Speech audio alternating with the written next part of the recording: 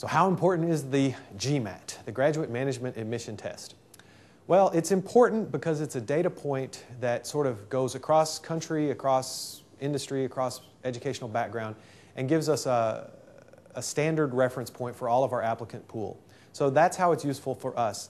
It's useful to the outside world, in the world of rankings, etc., because it is one way for third parties to look at different schools and get a sense of the type of students in the student body at each school.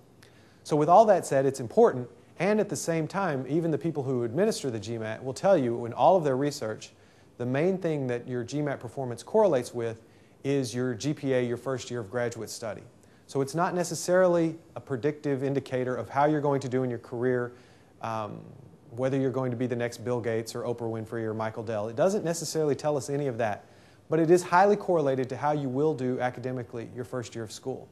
So my suggestion for the GMAT is take it seriously, especially if you've been out of school 7, 12, 14 years.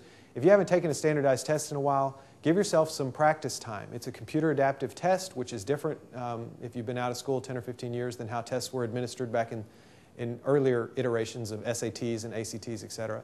So get used to the format. It has a quantitative reasoning and a verbal reasoning component and an analytical writing assessment. So there are three main components to prepare for.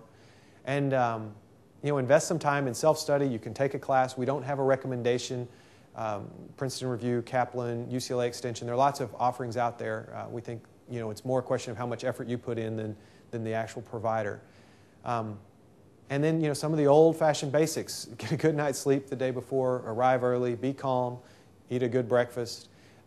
Just give yourself a good, solid peace of mind framework to take the test from on the day of your test. As we've said in earlier snippets, we take the single highest day test score here. So if you are not happy with your first test and you choose to retake the GMAT, obviously we will receive both scores, but we would take the best score, and that would be the score we would use for evaluating your application. So it's important, but it's not the only thing. We always say it takes an afternoon to take the GMAT. It took 4 or 5 years to earn your undergraduate degree. So it's a parallel data point along with your previous academic credentials, if you will.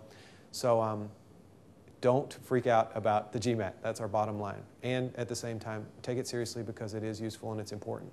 And it will help your application if you can do well on it.